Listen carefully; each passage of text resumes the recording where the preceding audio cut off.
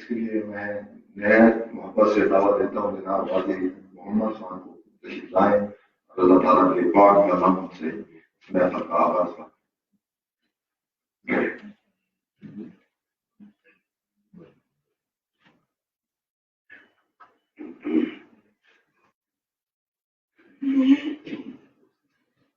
أعوذ بالله من الشيطان الرجيم.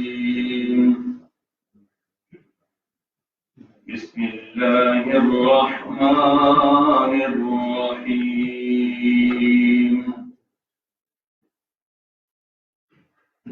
إن الذين قالوا ربنا الله ثم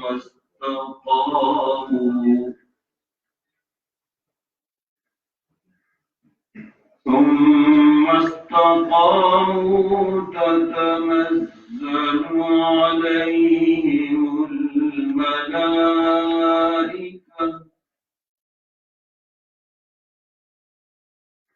تتنزل عليهم الملائكة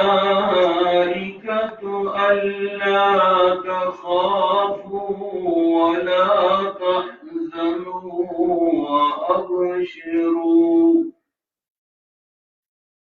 وأبشروا بالجنة التي كنتم توعدون.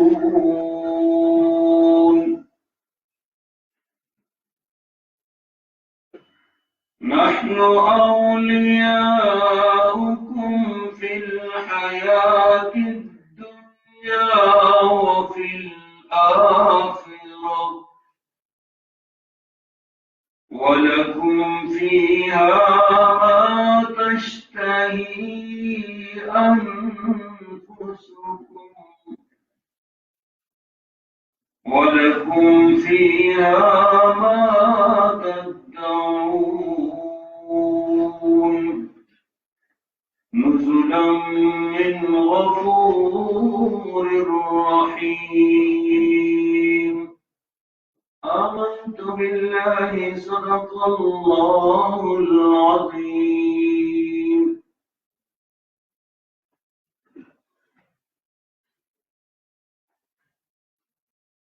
ماشاء اللہ جزاک اللہ.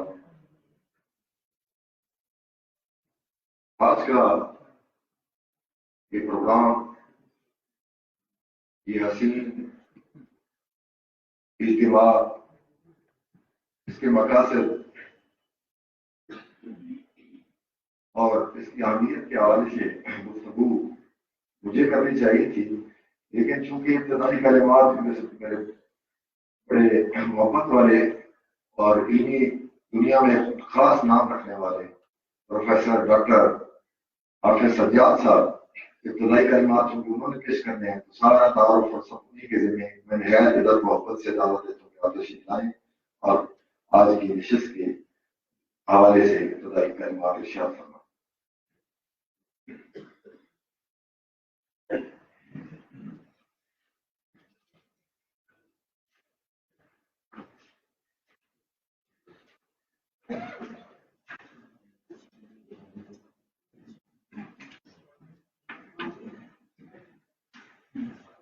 أعوذ بالله من الشيطان الرجيم. بسم الله الرحمن الرحيم.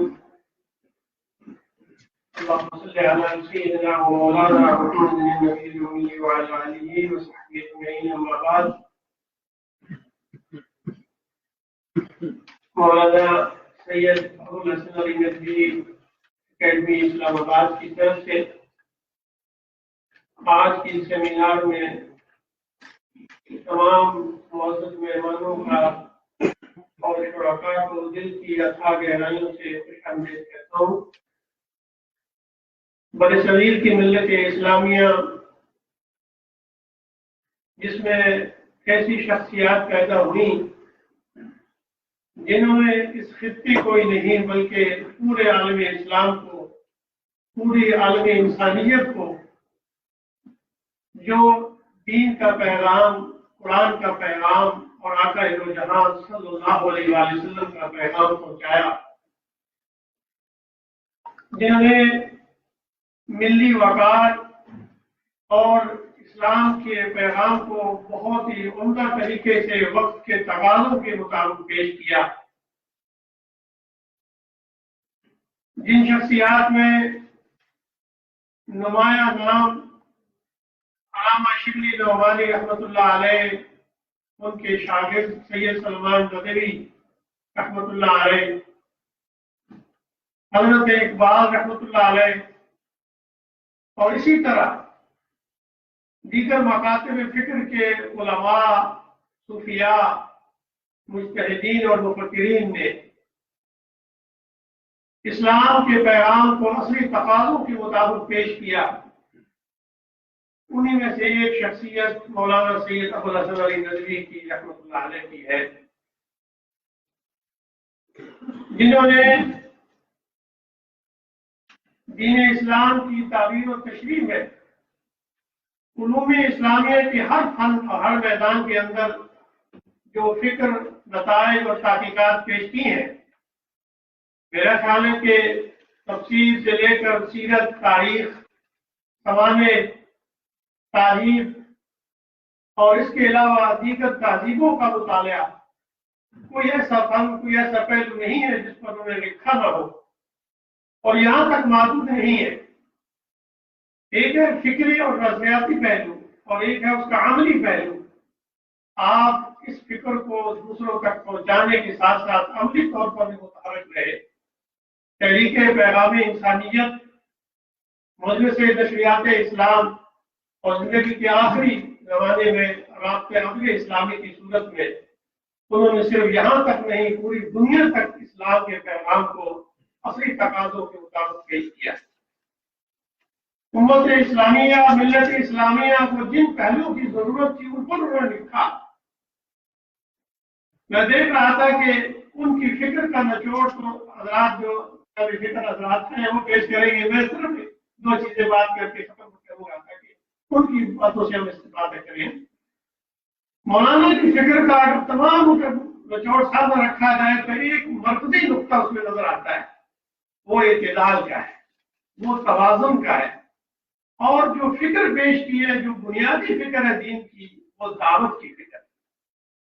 مولانا کی کوئی کتاب اٹھا کر آپ دیکھیں، یعنی ان کا آغاز سوانے سے ان کا خاندانی ایک کہہ لیجیے کہ شغف اور ایک کا تعلق رہا سوال نگاری سے، لیکن آپ نے آغاز سے کیا تو دعوتی فکر سے، تاریخ دعوت و عظیمت، پھر اسی طرح دیگر میدانوں میں مقام کرتے رہے.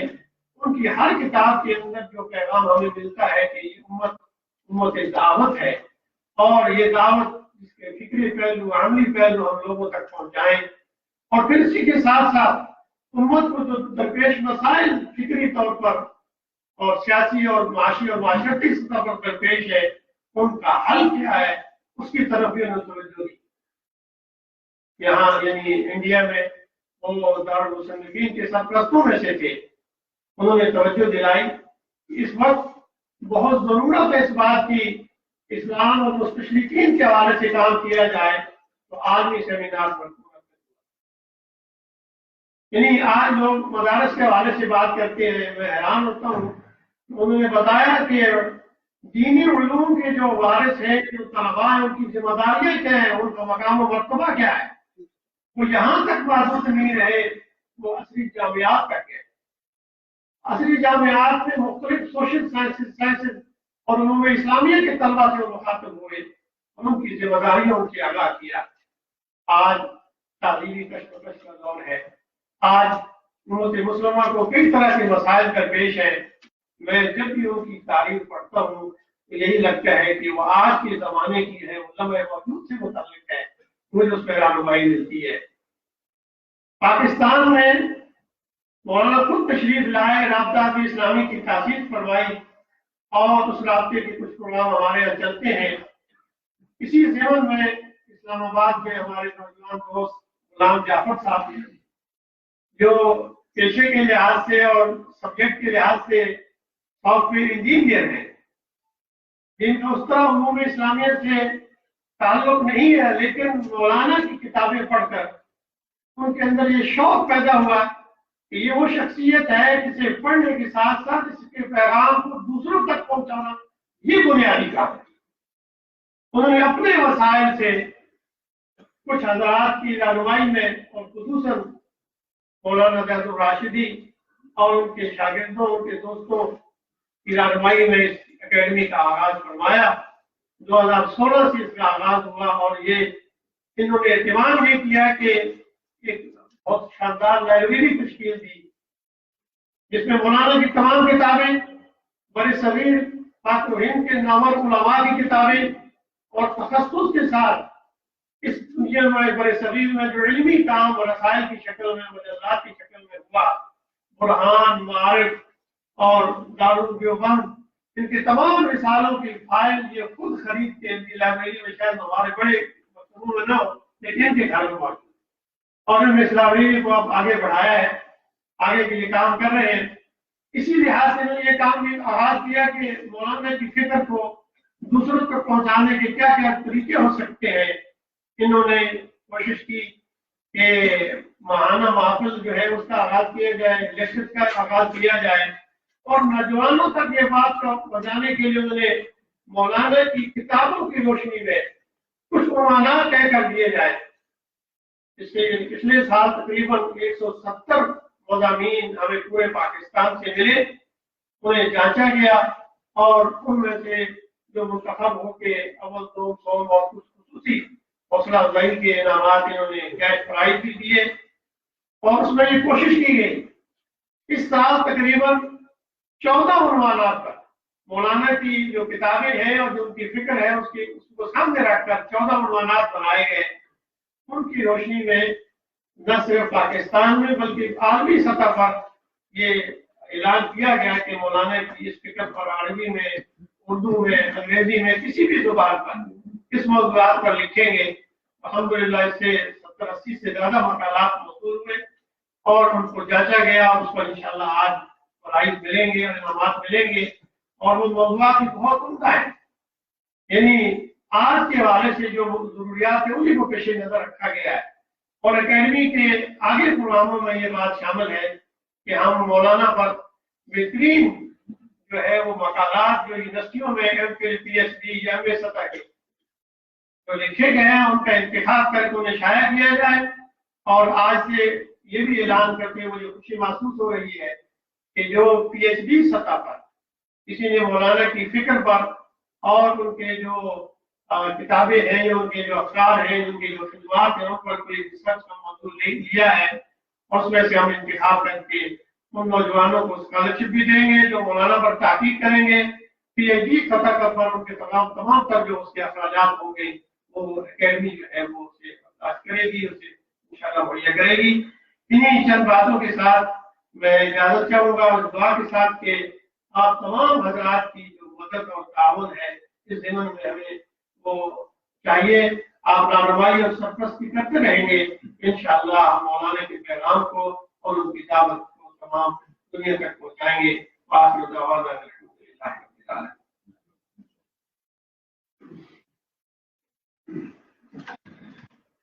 آج کا پروگرام جیسا کہ تمام احباب کے علم میں ہے، اسلامی نظریاتی کونسل اور سید ابوالحسن علی ندوی اکیڈمی کی اشتراک سے جو ہے انعقاد پذیر ہے۔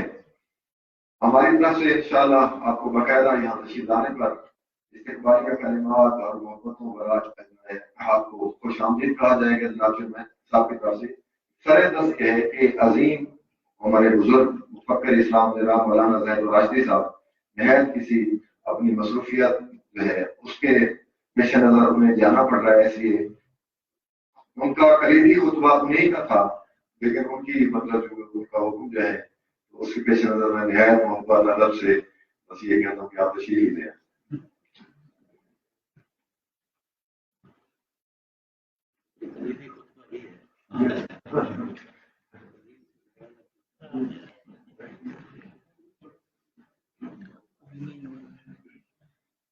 الحمدللہ رب العالمین والصلاة والسلام علی سید المرسلین وعلی آلہ واصحابہ واتباعہ اجمعین، اما بعد۔ محترم جناب ڈاکٹر فضل صاحب، محترم جناب احمد جاوید صاحب اور معزز شرکائے محفل، میں اسلامی نژادی کونسل کا اور سید عبدالناصر ندوی اکیڈمی کا شکر گزار ہوں کہ آج کی اس تقریب میں جو میرے شیخ اور استاد مولانا سید عبدالناصر ندوی کے حوالے سے منعقد ہو رہی ہے، مجھے بھی حاضری کا اور گزرتے کچھ باتیں سننے اور کہنے کا موقع فراہم کیا۔ میرا تو جبر خوشی کی بات ہے کہ میرے شیخ بھی تھے، استاد بھی تھے۔ میرا گھر کا تعلق مجھ سے تھا اور میرے روایت حدیث کا تعلق حدیث کا، تو میرے روایت حدیث کے شیخ بھی ہیں، تو میرے بڑی جبر خوشی کی بات ہے، عقیدت کی بات ہے۔ میں اس اظہار تشکر کے بعد مختصر 2-3 باتیں عرض کرنا چاہوں گا۔ ہمارے جعفر بھائی ہمارے عزیز بھائی ہیں، ساتھی ہیں، بڑے فکر رکھنے والے اور بڑا علمیہ کے ساتھ گہری عقیدت اور شعوری وابستگی رکھنے والے۔ عقیدت تو بہت سے لوگوں کو ہوتی ہے، شعوری وابستگی رکھنے والے اور لال ہے، ایک عرصے سے یہ کام کر رہے ہیں اور مجھے بھی ان کے ساتھ مشاورت میں شرکت کے ساتھ حاصل ہے۔ مولانا سید عبدالناصر ندوی رحمۃ اللہ کے حوالے سے انہوں نے یہ تحلیل مقابلے کا اہتمام کیا اور اس میں مشاورت میں بھی اپنے مراحل میں شریک رہا۔ ماشاءاللہ بہت اچھی محنت ہے اور ایک عصر حاضر کے ایک عظیم مفکر جن کا بہت بڑا کردار ہے عصر حاضر کی فکر نو کی تشکیل میں، جن کا ایک بڑا رول ہے، بڑا کردار ہے، ان کی خدمات کو اجاگر کرنا اور نئی نسل کو متعارف کروانا، یہ بہت اچھی محنت ہے۔ اللہ پاک قبول فرمائے اور اس کو تسلسل کے ساتھ جاری رکھنے کی توفیق عطا۔ مولانا علیہ رحمۃ اللہ علیہ، ان کے نام کا متعارف نام کا حصہ ہے ندوی،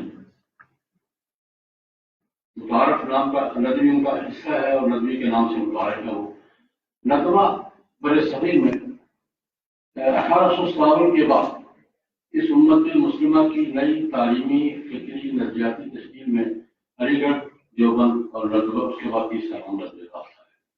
تاریخ میں ندوے نے ایک بہت بڑا بنیادی رول ادا کیا ہے، کردار ادا کیا ہے، اور ندوے کے کردار کو میں 3 حوالوں سے ذکر کرنا چاہوں گا۔ پہلی بات یہ کہ ندوے نے وہ خلیج بانٹنے کی کوشش کی جو جدید اور قدیم اور عصری اور دینی تقسیم ہو گئی تھی، اور موجود ہے، موجود ہے، لیکن ندوے نے ایک اہم رول ادا کیا کہ اس خلیج کو کم سے کم کیا جائے۔ یہ ایک مستقل کردار ہے اور ندوہ ایک مستقل یہ کام ہے، فکر ہے اس حوالے سے۔ دوسری بات یہ کہ ندوے کا جو سب سے بڑا رول ہے، ندوے نے ماضی کے ساتھ امت کو وابستہ رکھنے کی بڑی شعوری محنت۔ ابھی میرے بھائی ذکر پر سیرت النبی سے لے کر تاریخ دعوت و عظیمت کے آخری جلد تک ندوے کا کردار ہے۔ ندوے نے سیرت پر بھی، خلفائے راشدین پر بھی، ماضی پر، مامون پر، فاروق، اور یہ آپ لوگ فہرست کر رہے ہیں کہ جو سیرت النبی سے شروع ہو کر عصر حاضر کی تاریخ تک ندوے نے تاریخ کو اردو زبان میں آج کے تناظر میں، آج کے اسلوب میں بڑے مختصر اور منظم انداز میں پیش کیا۔ میں سمجھتا ہوں کہ ندوے نے اپنے ماضی کے ساتھ، علمی ماضی کے ساتھ، فکری ماضی کے ساتھ نئی نسل کو جوڑنے کے لیے سب سے بنیادی کردار ہے، اور یہ دوسرا ندوے کا۔ تیسری بات جو ندوے کا امتیاز ہے وہ یہ ہے کہ عربی زبان ہی نہیں، عربی ثقافت، عربی ماحول، عربیت، ندوے کا یہ امتیاز ہے کہ اس نے نئی نسل کو اور آج کے جامعات کو اور آج کے اس عربیت کے ساتھ اور عربی علوم کے ساتھ اور یہ جوڑنے کی اور اس کی جوڑ کو قائم رکھنے کی کوشش کی ہے۔ اور جب بھی تاریخ اچھی رہے گی کہ یہاں عربی کے فروغ میں، عربی کا فروغ ایک ہے ٹیکنیکل عربی، وہ کلاسیکل عربی، ایک ہے عصر حاضر کی عربی، تو میرے خیال میں ندوے کا بہت بڑا مستقل باب ہوگا یہ بڑے صغیر میں، جنوبی ایشیا میں عربی کے فروغ، عربی کے تحفظ اور عربی کے ساتھ وابستگی۔ چوتھی بات جس میں میں ندوے کا عمومی کردار لیکن مولانا علیہ کے امتیازی کے ساتھ ذکر کرنا چاہوں گا جس کی بنیاد پر ہم انہیں مفکر اسلام کہتے ہیں. فکری رہنمائی کا دائرہ بڑا وسیع ہے، لیکن میں اس کا میں لوں گا کہ اصل حاضر پر سماج پر نظر رکھتے ہوئے، معاشرے کے اتار چڑھاؤ پر نظر رکھتے ہوئے مستقبل کے امکانات، مثبت امکانات کی منفی امکانات، ان کی نشاندہی اور ان کی رہنمائی. یہ لگنے کا عمومی ماحول بھی تھا، لیکن اس میں سب سے زیادہ بنیادی کام مولانا علی میاں کا ہے. اور میں اس کو تشریف کرنا ہے، وضاحت کی ضرورت نہیں ہے. میں وہ اشارے کرنا چاہوں گا اس کی صنعت کیا ہے، اس کی صنعت کیا ہے. میں دو حوالے یاد دلانا چاہوں گا. جناب نبی کریم صلی اللہ علیہ وسلم کے وصال کے بعد حضرت رضی اللہ تعالیٰ نے قرآن پاک کی لکھوانے کے لیے جو کردار ادا کیا، سماج کے کچھ واقعات سامنے تھے، اس سے کچھ خطرات پیدا ہو گئے ہیں، تحفظات پیدا ہو گئے کہ یہ اگر حفاظ اس طرح شیئر ہوتے رہے کہ کہیں قرآن پاک کے بارے میں کوئی الجھن نہ پیدا ہو جائے. بڑا اصرار کر کے انہوں نے حضرت صدیق اکبر کو آمادہ کیا، زید بن ثابت جناب کو آمادہ کیا اور قرآن پاک کا اسٹینڈرڈ نسخہ پاک نافذ کیا. یہ ہے بنیاد کہ سماج پر نظر رکھنا، سماج کے اتار چڑھاؤ پہ نظر رکھتے ہوئے مستقبل کے امکانات منفی بھی مثبت بھی، یہ ہو سکتا ہے، یہ ہو سکتا ہے، اور ہم نے کیا کرنا ہے. میں اس کی حضور کی مثال کے بعد سب سے 0 پوائنٹ اس کو کے اس کردار قرار دیتا ہوں کہ یہاں سے ہماری استھائی کا آغاز ہوتا ہے. تفکیر، فکر، امت کے حال پہ نظر، مستقبل کے امکانات پہ نظر. اور اس کے بعد میں دوسرا حوالہ دینا چاہوں گا اسی قرآن پاک کے حوالے سے. قرآن پاک کے یہ کتابی شکل میں محفوظ کرنے کا باعث حضرت عمر بنے، ان کی فکر بنے، ان کے جو ذہن میں تحفظات آئے تھے وہ بنے. اور اسی قرآن پاک کو پھر مصحف عثمانی پر محدود کرنے کے لیے یمان نے ضرورت آ گیا. وہ ایک جھگڑا ہو گیا، لمبا واقعہ ہے، جھگڑا ہو گیا، اکیلے میں جھگڑا ہو گیا. ان کو خطرہ پیدا ہوا کہ یار ایک نفس پہ ایک لہجے پہ جھگڑا ہو گیا ہے، آج میری طوفان بن جائے گا. آگے چلی بات، انہوں نے اس کو خطرے کو محسوس کیا اور خطرے کو محسوس کر کے حضرت عثمان کی خدمت میں گئے. حضرت سنبھال لیجیے امت کو، سنبھال لیجیے قبل اس کے کہ امت قرآن پاک ایک نفر پر لڑنا منع شروع کر دے. یہ ہمارا شروع سے یہ تقاضوں میں سے بھی ہے، ہماری روایت کا حصہ بھی ہے. مولانا علی کے کام کو میں اب تفصیل تو بہت متقاضی ہے گفتگو کی، لیکن میں اس کو 3 حوالوں سے کرنا چاہوں. مولانا علی رحمۃ اللہ علیہ نے اس بڑے صغیر میں شبلی نعمان سید سلیمان نبی انہیں کا تسلسل ہے. اس تسلسل میں مولانا علی میاں نے اصل حاضر کے جو فکری الجھنیں ہیں ان کو بٹ کے یہ ہے، یہ ہے، یہ ہے، اور اس پر اپنا فکر پیش کیا اور لوگوں کو توجہ دلائی. مثال کے طور پر یہ بات اصل میں شاہ ولی اللہ نے کہی تھی 300 سال پہلے. عمرانیات، سوشل سائنسز، سماجیات، قرآن پاک کا مطالعہ سماجیات کے حوالے سے، حدیث کا مطالعہ سوشل سائنسز کے حوالے سے، عمرانیات کے حوالے سے، سماجیات کے حوالے سے قرآن پاک کا مطالعہ، حدیث کا مطالعہ، اس کی توجیحات، اس کی تعبیرات اور وقت کے مسائل کا یہ اس کو اگر فکری طور پر اس کا آغاز شمار کرنے کے لیے شامل ہو رہا ہے. ان کے حضرت اللہ پایا ہے کہ انہوں نے یہ فکر پیش کیا، بلکہ انہوں نے یہ ٹارگٹ دیا کہ آنے والے شاہ جو جس پہ فکری کا جو ہدف پکا وہ یہ ہے کہ آنے والے دور میں اسلامی شریعت کی بالادستی لاجیکل عقلی انداز میں زمانے کے تقاضوں کے حوالے سے شرعی احکام کی بالادستی اور ان کی اہمیت اور ان کا امتیاز ثابت کرنا یہ مستقبل کی سب سے بڑی ضرورت ہے. ہم نے سے آغاز کیا تھا، اس کے بعد یہ بات چلتی رہی، لیکن میں سمجھتا ہوں کہ ہمارے زمانے میں اس فکر پر سب سے زیادہ کام مولانا وہ کہتے نہیں تھے، انہوں نے لکھا بھی ہے، کہا بھی ہے بھائی آج کی زبان سوشل سائنس کی زبان ہے، آج کی زبان عمرانیات کی زبان ہے، آج کا اسلوب سماجیات کا اسلوب ہے. ان کا مشکل فکر چاہیے کہ سماجیات، سماج، عمرانیات، معاشرہ، سوسائٹی، اس کو مد نظر رکھتے ہوئے دین کو پیش کرو گے. آج کی ضرورت یہ ہے. تو مولانا علی میاں نے اس پر جو توجہ دلائی ہے، میں سمجھتا ہوں، میں تو اپنے بارے میں عرض کرتا ہوں کہ میں بہت پرانا قاری ہوں مولانا کا، میں شاگرد بھی ہوں، بہت پرانا قاری ہوں. مجھے تھوڑا بہت جو ذوق اس کا آیا ہے مولانا علی میاں سے، ان کے تلمس سے، ان کی تحریروں کے استفادے سے، کہ قرآن پاک کو اور حدیث کو اور سنت رسول کو، شریعت کے احکام کو سماجیات کے تناظر میں دیکھا جائے اور وقت کے مسائل کا حل تلاش کیا جائے اور مستقبل کے امکانات کا. میں سمجھتا ہوں کہ جس کا دور جو گزرا ہے، نازک سمجھ چل رہا ہوں، ہمارا گزشتہ دور گزرا ہے 1 صدی یا 2 صدی کا کہہ لیں، یورپ کے فکری انقلاب کے بعد، ریکنسٹرکشن کے بعد ہم بھی ایک فکری دور سے اور بحران سے گزرے ہیں کہ ہمارا رول کیا ہوگا، ہماری مقام کیا ہے. اس تناظر میں مولانا نے اسلامی فکر کو، خصوصاً آپ دیکھ لیں کہ عرب قومیت کے بارے میں ان کا جو رول ہے، عرب قومیت کے مسئلے کو مولانا نے عرب قومیت کے تناظر میں، ترک قومیت، عرب قومیت، اور اس تناظر میں انہوں نے جو خطرات کی نشاندہی کی، پختہ ترجمہ سامنے. انہوں نے کہا کہ اسلام کو بطور اسلام کے ان قومیتوں سے اور ان علاقائی فکروں سے باورہ، یہ مولانا نے اس میں محنت کی ہے. اب میں سمجھتا ہوں کہ عربوں کو اس حوالے سے اسلامی فکر پر باقی رکھنے اور روایت کے تسلسل میں ان کو کھڑا رکھنے میں عرب علماء کو اور عرب اہل دانش کو مولانا علی میاں کا کردار ہے.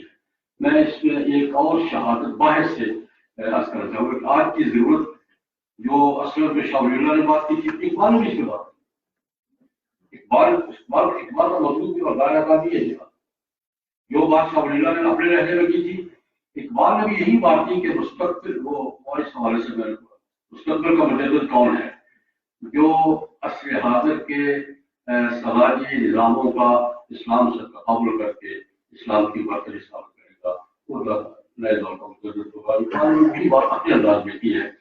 یہ مولانا نے جو یہ فکر دیا، کام دیا، میں سمجھتا ہوں ایک بہت بڑا رول ہے مولانا کا فکری دنیا میں، اور عرب دنیا کو بالخصوص آج مولانا علی میاں کا تعارف شاید علمی دنیا میں ہمارے یہاں اتنا نہیں ہے.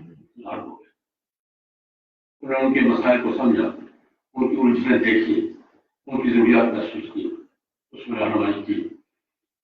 اس کے ساتھ ساتھ جو میں ایک آخری بات ایک خارجی شاگرد کے حوالے سے کہ مولانا علی میاں کا کام کیا تھا، اس کی آج دنیا کو ضرورت محسوس ہو رہی ہے. غالباً 1.5-2 سال پہلے کی بات ہے، ایک امریکن پروفیسر، اور بالکل مختلف مسائل مختلف ہیں، موضوعات مختلف ہیں، اتفاق سے تشریف لائے پاکستان میں. وہ پی ایچ ڈی کر رہے ہیں، اور پی ایچ ڈی کر رہے ہیں ابو منصور ماتریدی. ابو منصور ماتریدی ہمارے علماء میں سے کم حصہ نہیں جانتے کیا چیز تھی وہ، لیکن ابو منصور ماتریدی پر پی ایچ ڈی کر رہے تھے تو پاکستان مختلف علماء سے ملتے رہتے، سوالات ان کے ذہن میں بھی تھے. اس لیے میرا نام بتا دیے تو میرے پاس 1.5-2 گھنٹے میری بھی ان سے گفتگو ہوئی. تو یہ بات میں نے ان سے پوچھا منصور ماتریدی کہ آپ کہاں کیسے پہنچ گئے. کچھ سوالات ان کے تھے، کچھ سوالات میرے تھے کہ وہ منصور ماتریدی آپ ادھر کہاں پہنچ گئے ہیں، آپ کے نزدیک اس کا کام کیا ہے. تو خیر وہ لمبی بات ہے، میں اس سے ایک پہلو سوال کرنا چاہوں گا. انہوں نے کہا دیکھیں آج کی جدید دانش ہے، اس وہ لیول دانش کا وہ لیول کر رہا ہوں کہ ہم تلاش کریں میں یہ دیکھ رہے ہیں، ان کی بات میں اپنے الفاظ میں رکھا رہا ہوں، ہم یہ دیکھ رہے ہیں کہ سوسائٹی کی مذہب کی طرف واپسی ضروری ہو. اب ریورس کے لگ گیا ہے، یہ ریورس کے کہاں تک جائے گا مستقبل کی بات ہے. ہم تلاش میں ہیں کہ ہمیں مسلم دنیا میں ہماری ضرورت کے لوگ کہاں ملیں گے. ضرورت کیا ہے آپ کی ضرورت کیا ہے؟ کہتے ہیں کہ روایت، درایت اور وجدانیات کا امتزاج، صرف امتزاج نہیں بیلنس. یہ معلوم کا صرف انتظار دیں. ہماری اصل ضرورت یہ ہے کہ روایت، درایت اور وجدانیات، اس کا انتظار اور انتظار میں بھی یہ نہیں بیلنس، ہماری اصل ضرورت یہ ہے. اور میں نے سے پوچھا پھر آپ کہاں پہنچے ہیں؟ کہتے ہم نے 20 شخصیات اسٹڈی کی ہیں، تو ہم تو 2 آدمیوں تک پہنچے ہیں، ایک ابو منصور باقی تک اور دوسرا شعبے تک.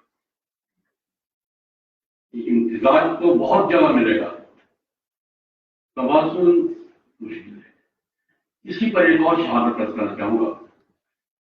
یہ برطانیہ ایک معروف مسلم ہیں ڈاکٹر یحییٰ بٹ، جان بٹ کے بیٹے ہیں جو BBC کے ڈائریکٹر جنرل ہے، ان کا بیٹا ہے مسلم ہے.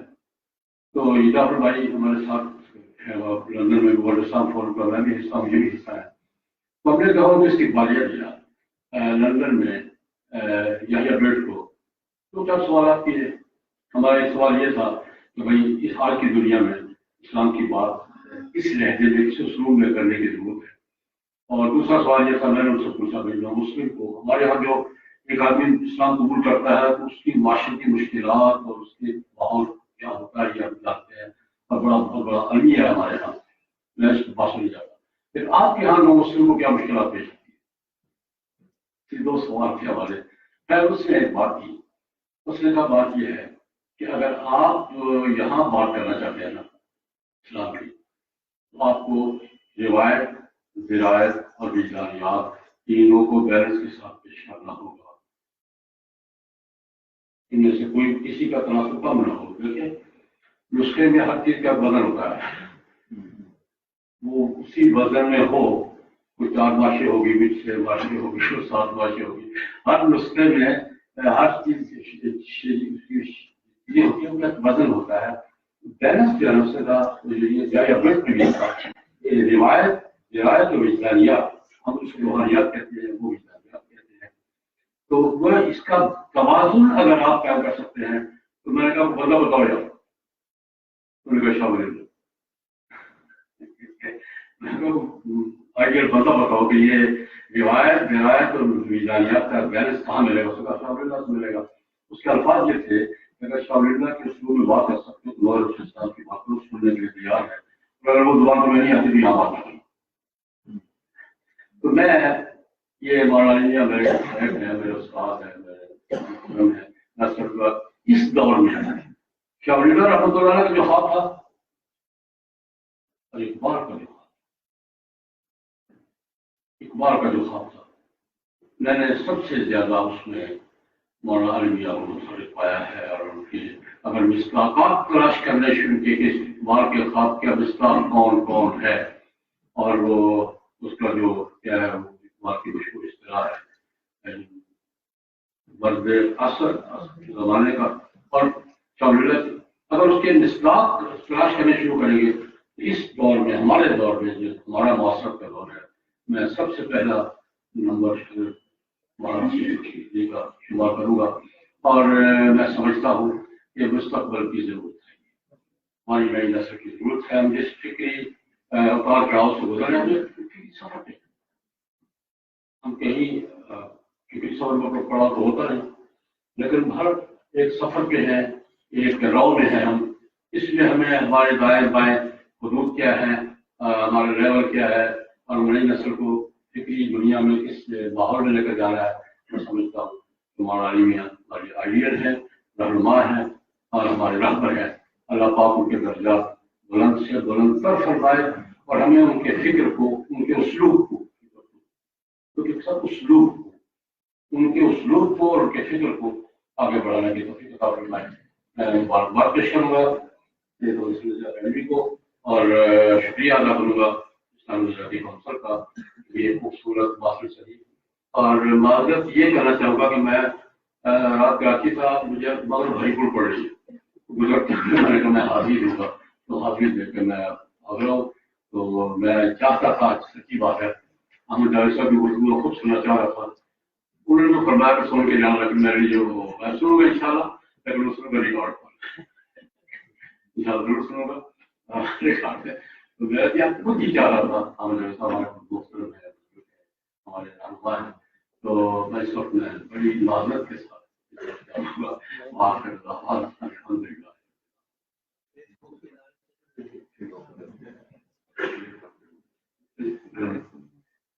جناب چیئرمین صاحب سے میں گزارش کروں گا کہ سر چونکہ جا رہے ہیں تو ان کے لیے شیلڈ لے گئے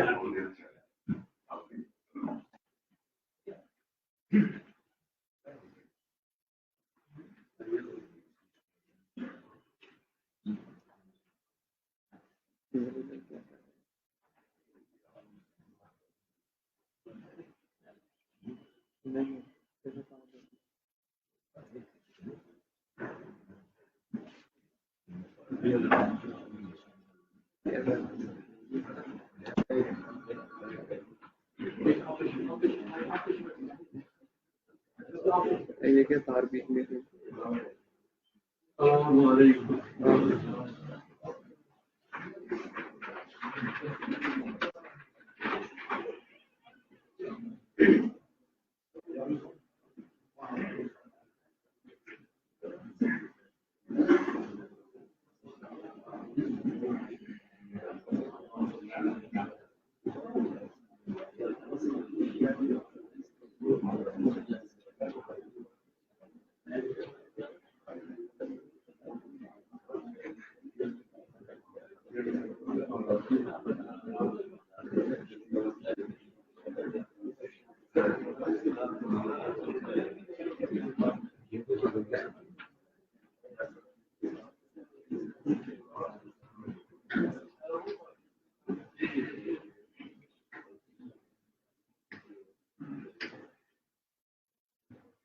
جناب زاہد الراشدی صاحب اپنے مشاہدات اپنے جذبات کا اظہار کر رہے تھے. ابھی میں نہایت محبت عقیدت سے دعوت دوں گا ممبر اسلامی نظریاتی کونسل مشہور و معروف دانشور جناب احمد جاوید صاحب جو تشریف لائیں اور آج کے موضوع کے حوالے سے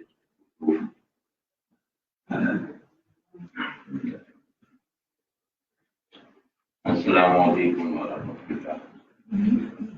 بسم اللہ الرحمن الرحیم. الحمد للہ وحدہ والصلاۃ والسلام علی من لا نبی بعدہ. صدر مجلس ڈاکٹر قبلہ ریاض صاحب، ڈاکٹر اکرام الحق صاحب، ابھی محمد شہباز من صاحب سے متعارف ہوا. ان کو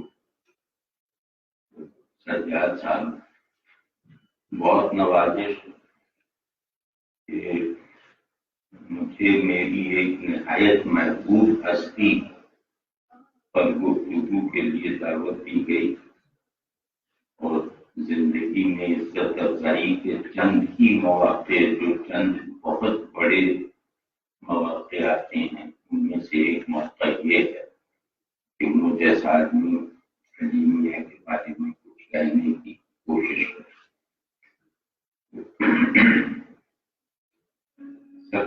بہت ہی جامع تعارف برادروں سے سجاد صاحب نے کروایا اور انہوں نے گویا علی میاں کے فکر کے جو قطبین ہیں، جو پولز ہیں، ان کو متعین کر کے دکھا دیا کہ وہ دعوت کے اسلوب میں ہے اور مطلب بہت ہی جامع تعارف.